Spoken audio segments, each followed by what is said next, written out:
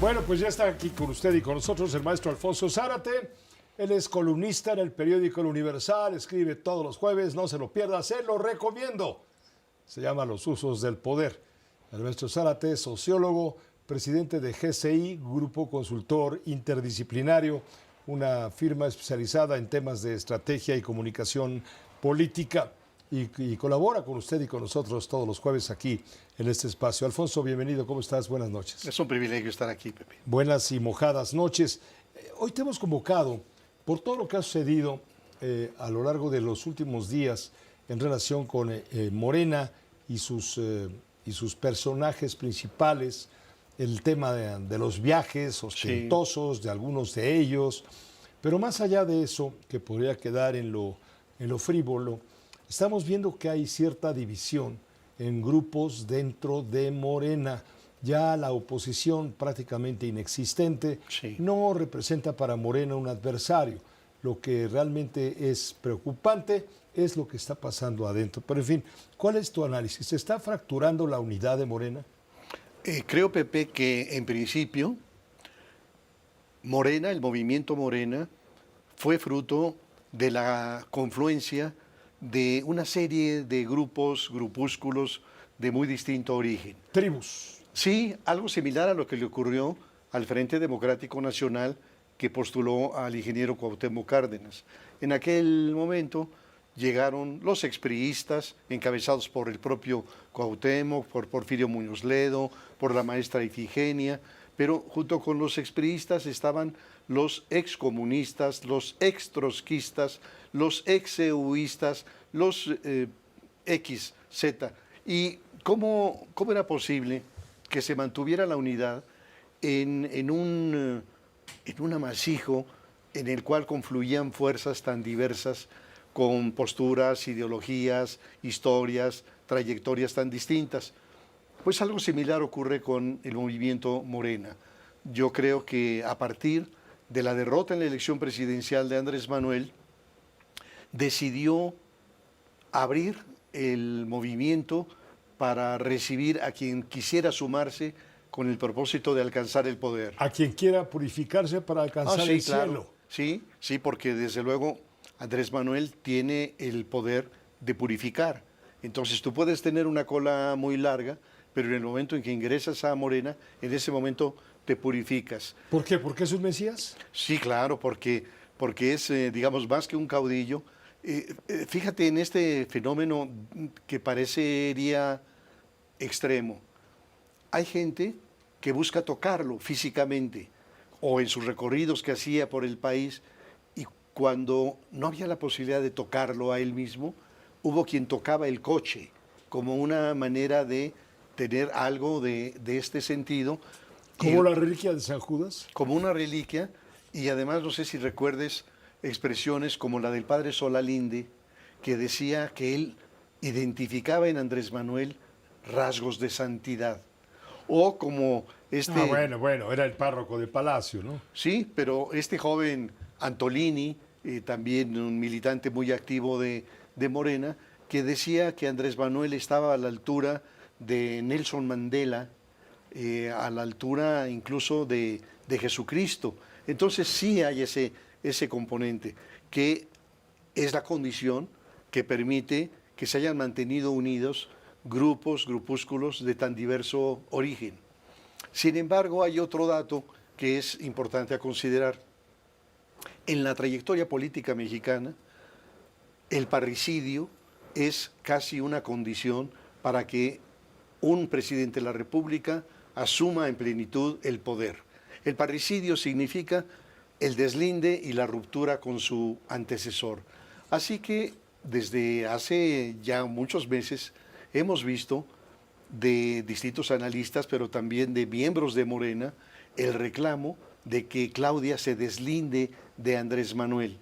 Quieren el deslinde por distintas razones, algunas por razones ideológicas, porque sienten que la permisividad ha tolerado que gente que les daría asquito esté junto con ellos. Gente como los Yunes o como los Murat o como los Aces o con tantos otros con trayectorias muy cuestionables. Entonces, por alguna razón, esos quisieran que hubiera un deslinde. Otros a lo mejor por una razón más pragmática, porque dice entre menos burros más solotes, pero lo cierto es que hay quienes están buscando, incentivando que haya este deslinde entre Claudia Sheinbaum y su creador y su antecesor. Y desde luego... ¿No existe tal deslinde? Yo creo que no existe, Pepe, pero sí hay, digamos, de una manera muy cuidadosa, casi imperceptible, algunas señales obligadas, en el caso de Claudia, de separarse, de distanciarse con ciertas políticas de su antecesor. El tema, desde luego, clásico es el tema de la seguridad pública, que tiene que ver con la presión del presidente Donald Trump de los Estados Unidos. Pero en términos generales no se ha dado ese deslinde y yo diría que ni siquiera se va a dar, porque el hecho de que hubiera una ruptura clara entre la presidenta y su antecesor traería serias implicaciones en términos de gobernabilidad, porque quien tiene los hilos del poder todavía hoy es el señor de Palenque. ¿Recuerdas aquella anécdota de la época del Maximato, de Plutarco Elías Calles, de que un día apareció en la barda de Chapultepec ese letrero que decía, aquí vive el presidente, que vivía en el castillo de Chapultepec, pero enfrente vive el presidente. Pero el que manda vive enfrente. El que manda, que es la colonia Anzures. Plutarco Elías Calles. Plutarco Elías Calles. Entonces yo creo que ahora se podría decir, en Palacio Nacional, aquí vive la presidenta, pero el que manda vive en Palenque. Así es. Entonces, a pesar de la necesidad de un deslinde, lo que ha estado ocurriendo también es que los 7 años de gobierno de Morena han implicado el que ya hoy tengamos la segunda generación de gobernadores morenistas. Los que llegaron primero podían culpar a los anteriores y sobre todo a Felipe Calderón y a todos los neoliberales del desastre que habían recibido. Hoy, ¿qué ocurre?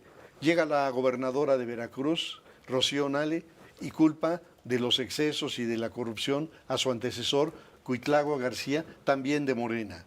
Llega el nuevo gobernador Eduardo Ramírez en Chiapas y culpa del crecimiento del crimen organizado y ordinario a su antecesor, Rutilio Escandón.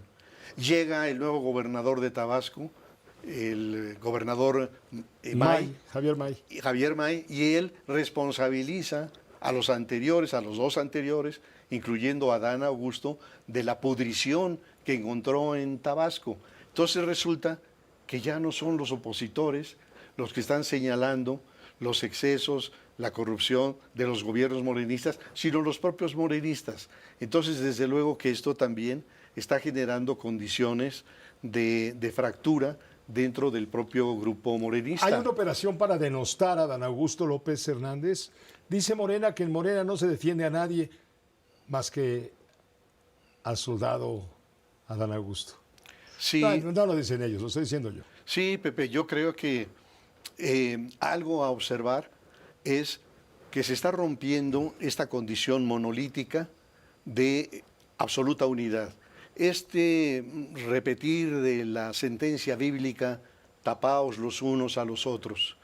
Y entonces en estos días estamos ante nuestra sorpresa encontrando que inclusive moneros de la jornada, que solían estar totalmente alineados con la postura que venía de arriba, empiezan a caricaturizar y a denostar a Dan Augusto, que lo están haciendo también ideólogos como Epigmenio Ibarra, que lo están haciendo varios personajes. Entonces esto daría la impresión de que si no es la presidenta, cuando menos alguien en Palacio ha decidido que ya es tiempo de marcar un deslinde con Adán Augusto. Y ahí está el otro enorme riesgo, porque Adán Augusto es Andrés Manuel López Obrador, porque López Obrador lo convirtió a su hermano en gobernador, en secretario de Gobernación y en aspirante a la presidencia de la República. Corcholato, sí. Así es. Entonces, ¿qué es lo que podría ocurrir si eventualmente Adán Augusto entra en esta fase de deterioro que en el colmo inclusive está el factor Trump? Trump está reclamando que no solo le manden a los 29 capos del crimen organizado, quiere que le manden a las redes políticas y empresariales de protección. Y si dentro de esas listas supuestas que existen estuviera Adán Augusto sería, digamos, un tema muy delicado por la cercanía con Andrés Manuel. Entonces, yo creo que todo esto está expresando el riesgo de un problema de gobernabilidad. Creo que Claudia no se va a atrever a romper, pero que las presiones, sobre todo de fuera y también internas, van a ser muy enérgicas. Alfonso Zárate, muchas gracias. Pepe, a ti. Buenas noches. Buenas noches. Vámonos a una pausa muy breve, los usos del poder. Muy breve, regresamos enseguida.